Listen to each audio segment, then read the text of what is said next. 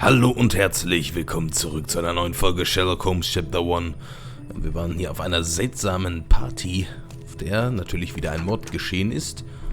Und wir können jetzt schon mal rekonstruieren, was hier passiert sein könnte.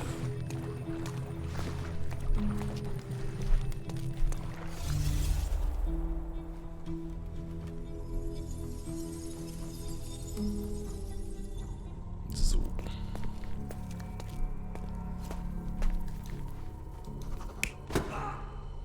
Na, das glaube ich eher nicht.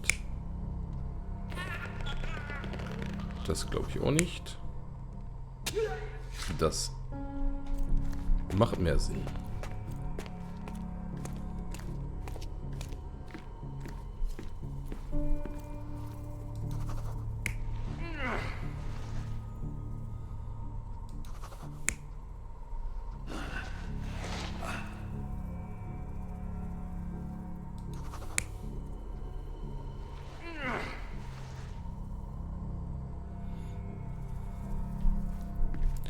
Ja. Ich überlege gerade, hier ist ja auch so ein Handabdruck. Stammt der auch von dem, der ihn hierher geschleppt hat? Also ich mache jetzt erstmal die Theorie, die mir am sinnvollsten erscheint. Genau, ne? Also er wurde hier mit der Flasche erschlagen, hat ihn da hingezogen und dann auf dem Altar erstochen. So, was ist hier passiert? Das war dann danach, dann hat er sich die Hände gewaschen.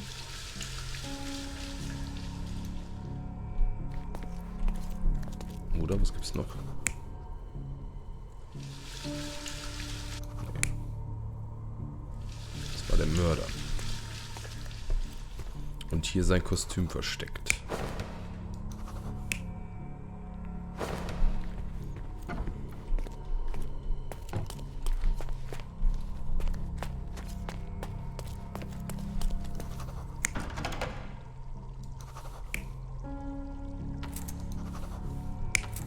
Okay, also so würde ich es jetzt mir vorstellen. The bottle was used as a weapon during a scuffle in the smoking lounge. Then, to ensure no one would interrupt, the murderer locked the door. The unconscious body of the victim was moved to the altar room. Once the body was on the altar, the murderer thrust the dagger into the victim's heart. Symbols were drawn with the blood. The wardrobe was used to hide the bloodied robe from anyone's eyes. The killer washed himself and took a clean robe from the hanger before leaving. Are you all right? You're on the floor, not moving. I think I know what happened here. Okay, wir haben mal wieder ein Gedankenspiel. Das hatten wir schon lange nicht mehr. Was haben wir hier denn noch?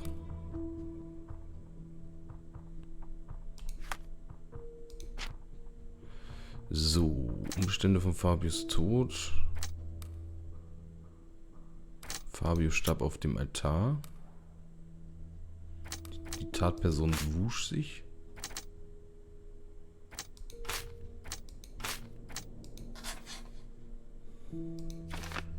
Fabio war das Opfer eines Ritualmords. Fabio wurde während eines okkulten Rituals auf dem Altar geopfert. Ne, das glaube ich nicht.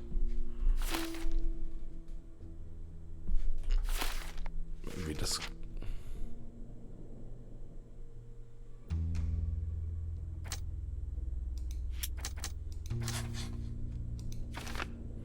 Die Tatperson muss im Besitz eines Schlüssels gewesen sein, da sie den Altarraum abgeschlossen hat.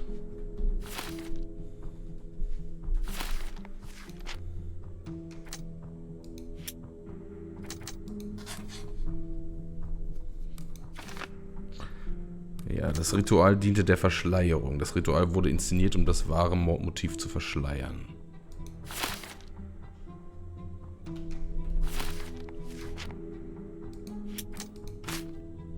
Okay.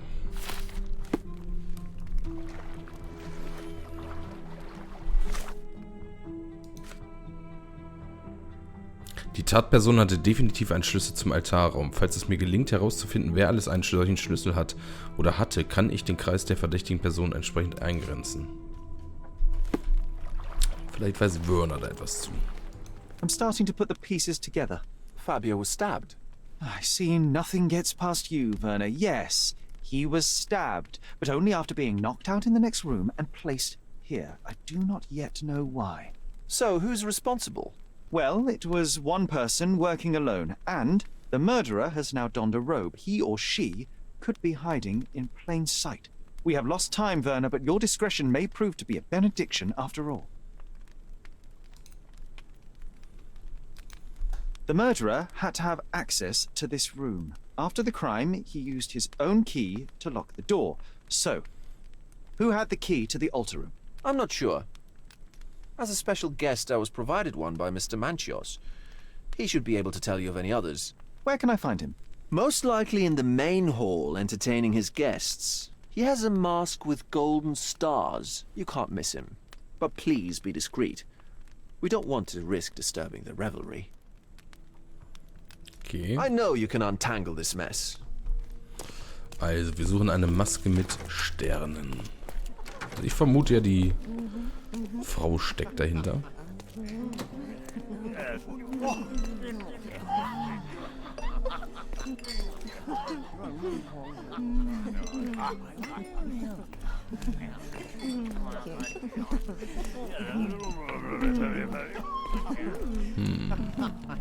Ist mir vielleicht wieder... Ach ja. Natürlich.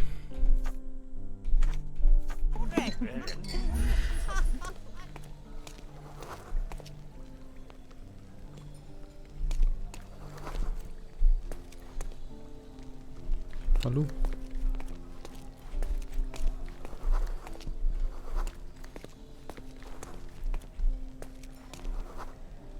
Unterstützt ein Waisenhaus. Also. Kann er das Waisenhaus bezahlen, dessen Finanzierung wir etwas gestört haben? Ah, hier, das sind doch Sterne. Kurt Manchios, I presume. I'm Sherlock Holmes.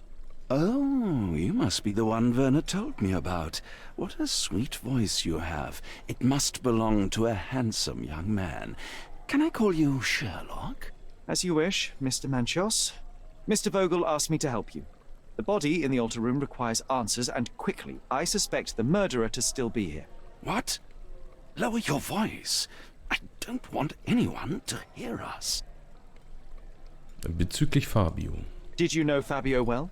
People are starting to look at us, Sherlock. Change the subject. I can't believe what happened to him. To me. Such an atrocity. Think what it means for me. A wonderful evening for so many good, influential, and rich people has been ruined. I have betrayed all my promises of exotic delights. I don't understand. Surely a murder would affect your reputation to a greater extent. Please, isn't this why you are here? I thought you were a silent magician. Do your tricks and make it go away. Wer hatte Zugang zum Altarraum? I need to find all those who had the key to the altar room. As far as I know, Mr. Vogel, Fabio, and you had access to it. Is that correct? That is correct, yes. Also, Matista and Santos. Santos? Who is that? Santos Pinchetti, my major domo. In his opinion, at least. Okay, ein neuer Verdächtiger.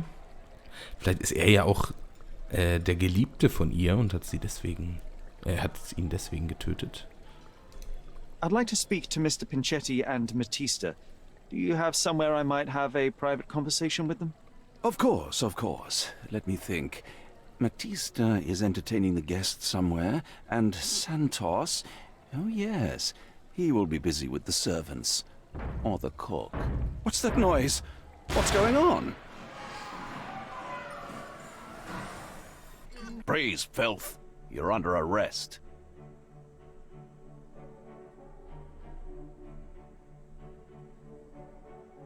Ups. Die Polizei löst die Party scheinbar gerade auf. Ach nee, ach.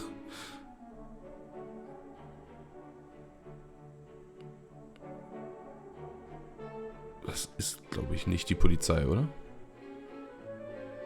Das könnte das große Finale sein.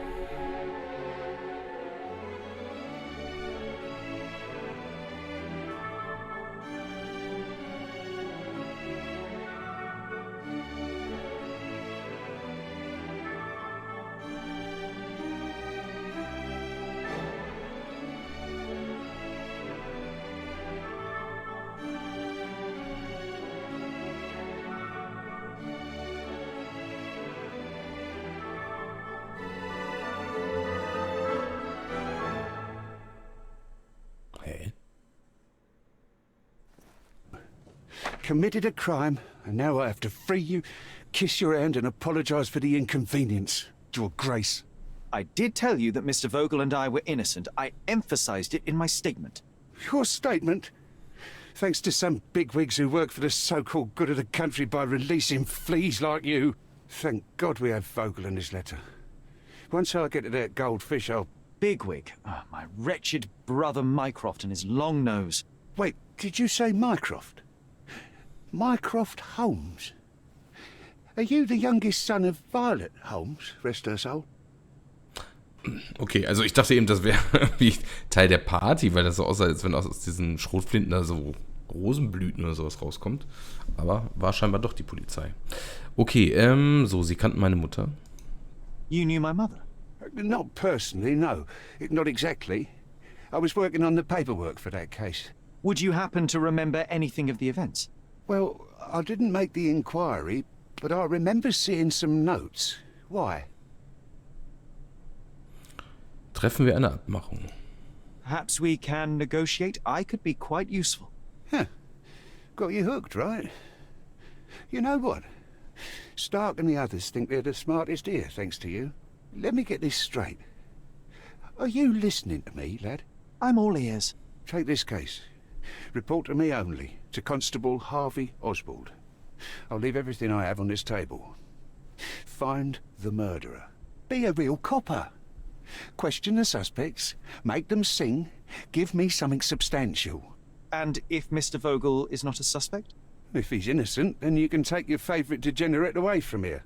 If you slip or mess with the evidence, then trust me, your brother won't save you from my bludgeon. Meanwhile, I'll be checking the archive for you. If anybody asks, then you're a consulting detective. Let's make a start then, partner. Okay. I'm glad we managed to get the scoop before the raid.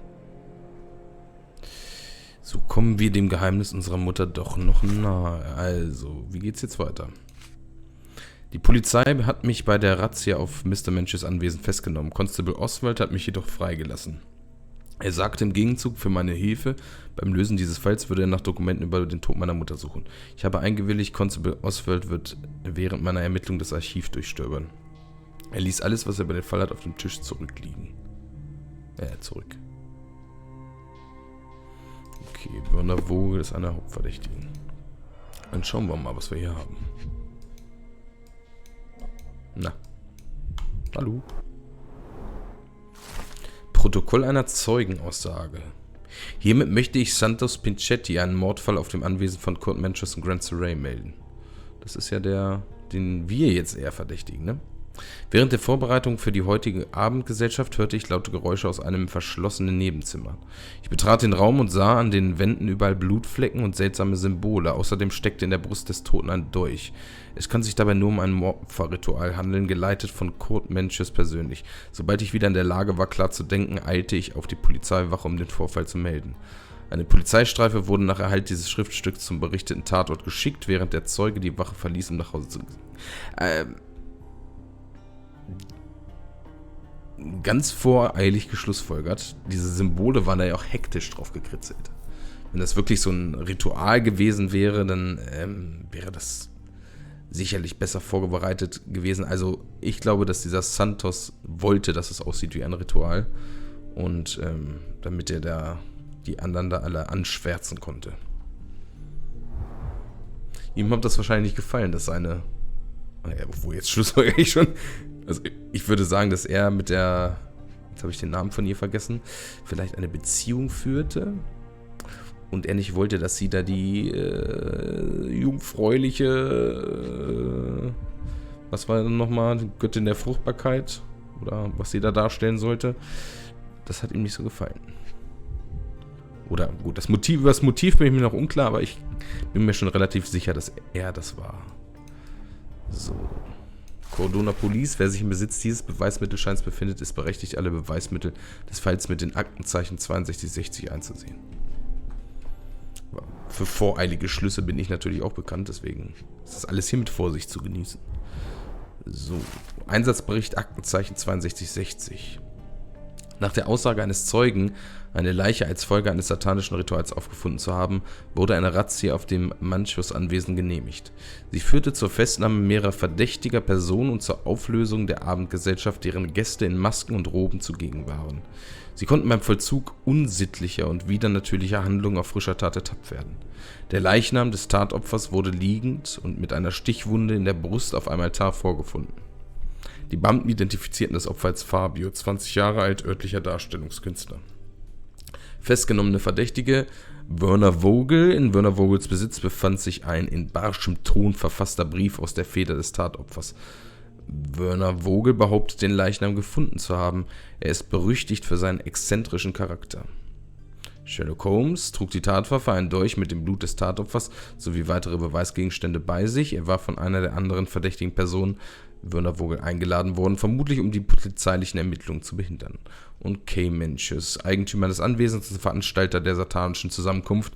Er hatte das Tatopfer für die Teilnahme am Ritual bezahlt. Als Eigentümer des Anwesens hatte er Zugang zum Tatort. Und Matista, Partnerin des Tatopfers und Teilnehmerin am Ritual, sie versuchte zu fliehen und widersetzte sich der Festnahme. Bei ihr fanden die Beamten ein Buch mit einer Beschreibung des Rituals, das im Altarraum durchgeführt wurde. Einige der Gäste wurden für eine weitere Befragung in Gewahrsam genommen. Partnerin. Das ist die Frage, wie das Partnerin jetzt gemeint ist. So, den Schlüssel, können wir den auch nehmen? Back on track to solve the case. Gut. So.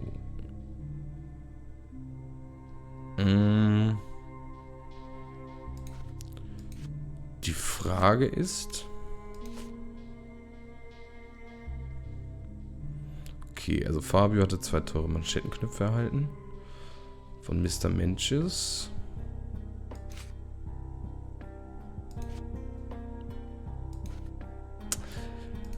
Dieser Zeug hier. Können wir den auch noch irgendwie befragen? Oder mit dem würde ich gerne mal sprechen. I found Werner. Deswegen gibt es ja auch diese ganzen Befragungsräume, wie es aussieht. So, hier sitzt scheinbar der Gastgeber. Hier ist die Dame.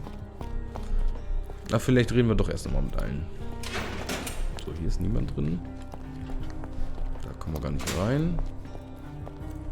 Sprechen wir erstmal mit ihr. I'm Sherlock Holmes. I'm helping Constable Oswald.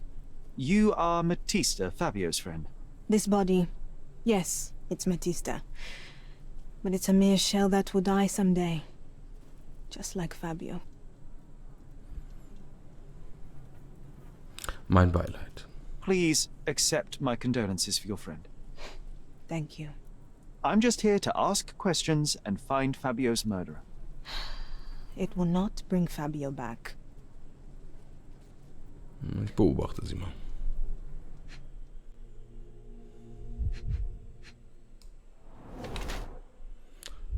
Blutige Blutergüsse. Vor kurzem erlitten.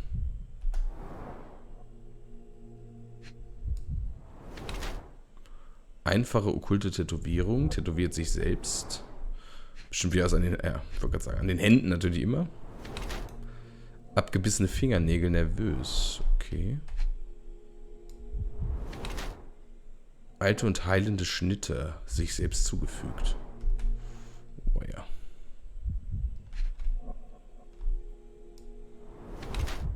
Narben von Ketten, alt und kaum noch sichtbar. Ach, die waren beide Sklaven. Brandzeichen mit Brenneisen eingebrannt. Das hatte ja das Mordopfer auch, so ein Sklavensymbol. So, Matista ist eine darstellende Künstlerin und war Fabios Partnerin. Sie hatte ein schwieriges Leben. Bereits im Kindesalter wurde sie versklavt, wovon ihr Brandzeichen zeugt. In der Sklaverei lernte sie Fabio kennen, was die ähnlichen Brandzeichen der beiden erklärt. Alte Narben auf ihrem Körper sind bleibende Erinnerungen an ihre Jugend als Sklavin. Auch heute noch plagen sie diese traumatischen Erinnerungen. Bestraft sich für die Vergangenheit oder losgelöst vom Körper. Matista hegt ein großes Interesse für Mystizismus, weswegen sie ihren Körper mit okkulten Symbolen tätowiert hat. Sie versucht, ihre Vergangenheit hinter sich zu lassen und das Leben als darstellende Künstlerin scheint für sie eine gute Gelegenheit zu sein, Geld zu verdienen. Oder Matistas Verbindung zu ihrem Körper scheint nach Jahren der Misshandlung pragmatisch zu sein. Gegen Geld bietet sie sich den Gästen an, die mit ihr machen können, was sie wollen. Sie hat keine Angst davor, Grenzen zu überschreiten. Ja gut, das hier ergibt, glaube ich, mehr Sinn.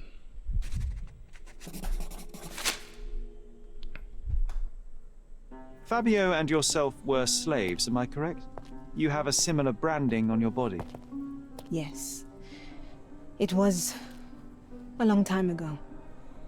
Couldn't help but also notice fresh cuts upon your forearms. The cuts helped me to forget my past, to cover the old wounds and hide them. How did you escape? Something happened. One night the master fell down the stairs. I made him fall, and he died. We ran away that day. We managed to get on a ship and traveled here, to Gordona. Fabio and I started a new life here. It was very hard at first, but it became better with time. Until today. Woher stammen die Blutergüsse? The bruises on your neck are not self-inflicted. Someone else made them. Some guests can't contain themselves. They even bite, sometimes. Okay.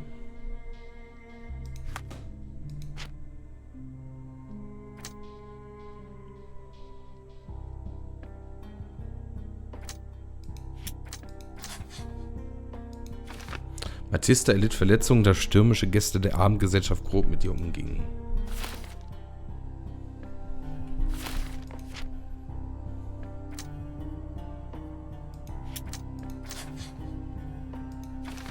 Mr. Pinchetti ist ein Verdächtiger, der verhaftet und verhört werden muss. Er sagte nicht, dass er einen Schlüssel hat. Ja, das finde ich auch.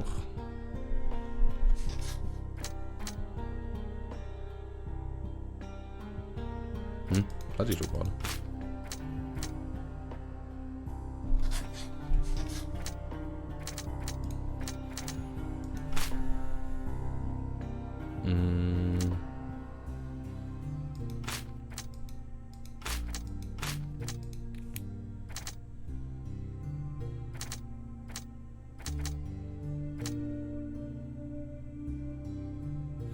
Bei dem anderen sehe ich jetzt gerade keinen Zusammenhang.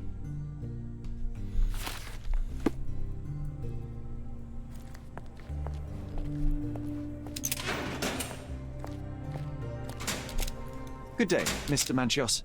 I am Constable Oswald's partner in this investigation. Be quick and gentle. Some of your colleagues are untrained boors. Although I don't mind meeting young officers. The new blood here. If you cooperate in finding Fabio's murderer, there will be no need to meet with the boars again. That voice. Werner's friend? You're the policeman. What a disappointment. Only an undercover agent can scour a ditch full of deviants. I am a consulting detective, although I'm capable of replacing the entire department through my consultations. Sharp-tongued, I like it. May I presume this tongue will get us out of this trouble? I would be so indebted and glad to repay you. Nothing's changed. I'm looking for the murderer.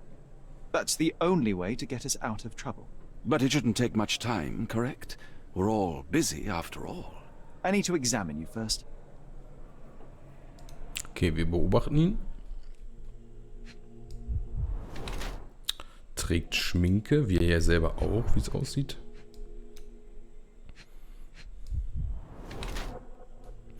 Ausschlag von Haarfärbemittel. Was? Achso, ich wollte gerade sagen, nichts an den Händen, das kann ja nicht sein. Also, Hände verraten teilweise viel über Menschen. Wusch in Eile seine Hände. Oh.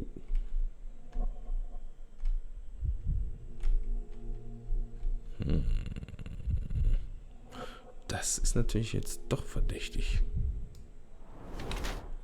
Hochwertiges poliertes Leder, sehr teuer. Kurt Mencius ist ein äußerst reicher, exzentrischer und frivoler Mann. Er ist der Veranstalter der Feste für die Elite Cordonas und der Eigentümer des Mencius-Anwesen. Er verbringt sein Leben in Gesellschaft ähnlich privilegierter Menschen. Verbirgt sein wahres Alter, allerdings möchte Mr. Mencius sein wahres Alter vor den jüngeren Gästen seiner Feste verbergen. Das Altern bereitet ihm so große Sorgen, dass er sich schminkt und seine Haare färbt, um jünger zu wirken. Ja gut, aber er hat eine Maske auf. Oder ein Sauberkeitsfanatiker. Dieser frivole Lebenswandel hat ihn allerdings extrem vorsichtig werden lassen, was seine Gesundheit anbelangt. Er setzt in diesem Zusammenhang so viele Chemikalien und Tarnmittel ein, dass er damit seiner Haut schadet.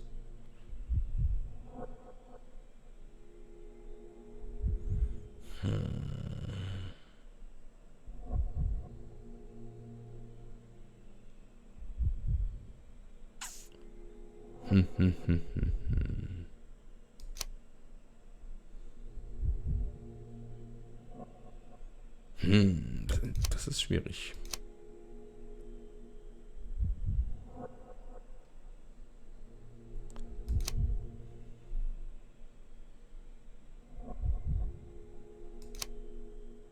Also das macht ja gar nicht so viel Sinn, weil er eine Maske eigentlich aufhält. Und das würde ja auch das Händewaschen nicht. Ich mach mal das. You are so focused on cleanliness that these products are severely damaging your skin. I would laugh at you. Ha! If only my cheeks didn't hurt. Na doch. Not exactly. I try to take care of my body. A young man who has yet to confront his own aging couldn't hope to understand. These chemicals are quite literally melting your face. Ah, the price of beauty. I'll be fine. I'm sure of it. Such a methodical man who cares for his body but misses the soap under his fingernails. Are you so impatient or perhaps even impulsive? I wouldn't call myself that. Silly little details. If I missed it, it wasn't important. Or rather, it was less important than who or what I was focused on.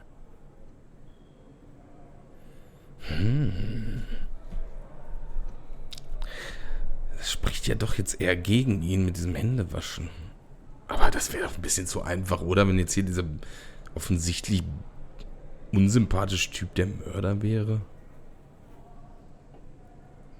Das hätte ja auch sein ganzes Fest da ruiniert.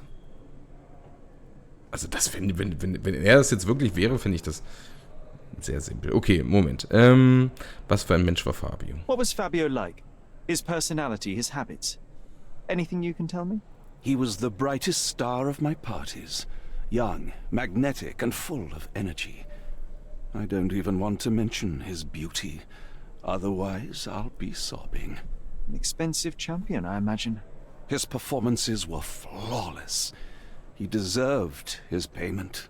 Do you think he was murdered because of money? Possibly. What about the other guests? Were they used to opening their wallets as well? I wouldn't restrict my guests from anything. I'm sure Fabio received a few coins from others for his services. Ich wüsste gerne mehr über ihre Feste. Mr. Vogel told me a little about your parties, but I would like to know more directly from you. I'm all yours, Sherlock. You have me arrested and locked here with you alone. Wen laden Sie immer ein? I'd like to know who you usually invite to your parties. Free minds who are able to leave reality for an evening, who can taste forbidden fruit without prejudice. There is nothing that quite spices up life like these parties, assuming one is old enough and has worked many years for the good of one's country. Oh, all true laborers, I see. Warum haben Sie Mr. Vogel eingeladen? Why did you invite Mr. Vogel as your special guest?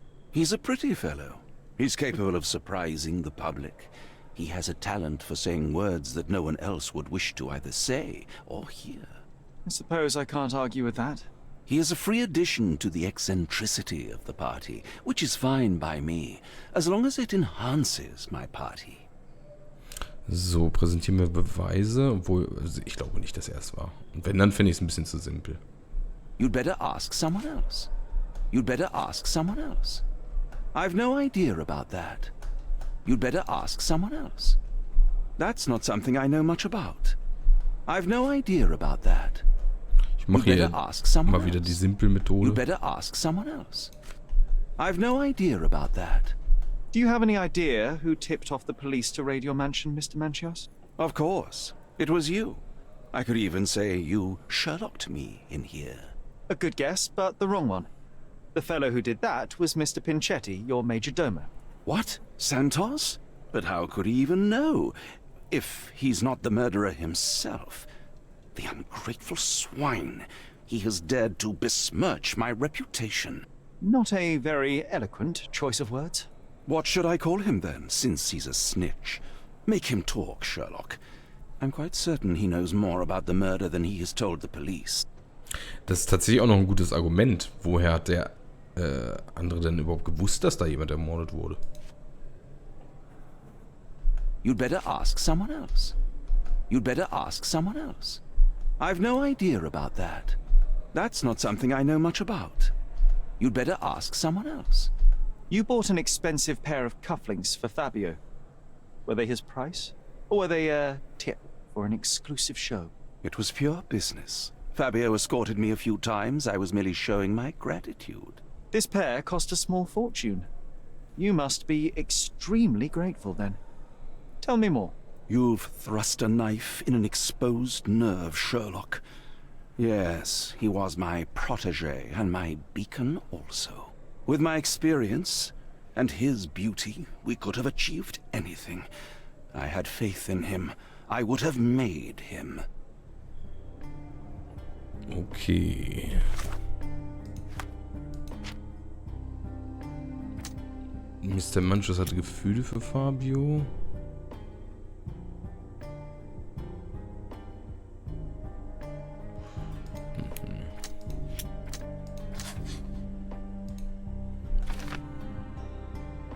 Gott, Manchus machte sich für Ausschweifungen frisch. Ja, das würde ja passen mit dem Händewaschen.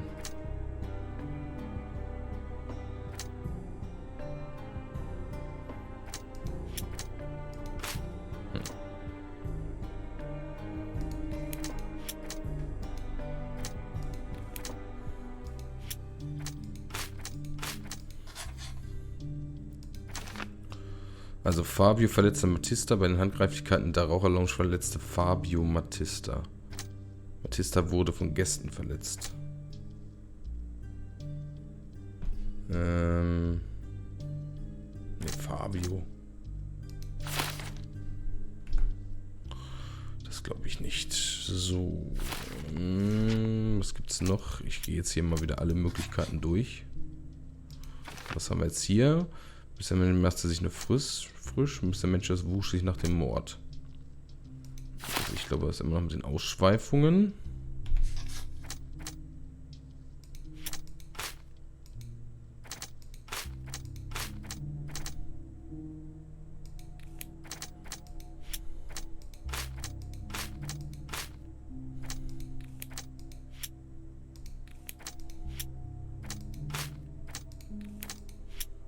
Okay, haben wir jetzt alle Möglichkeiten erstmal durch und wir machen beim nächsten Mal weiter mit den Befragungen. Bis dahin, macht's gut und tschüss.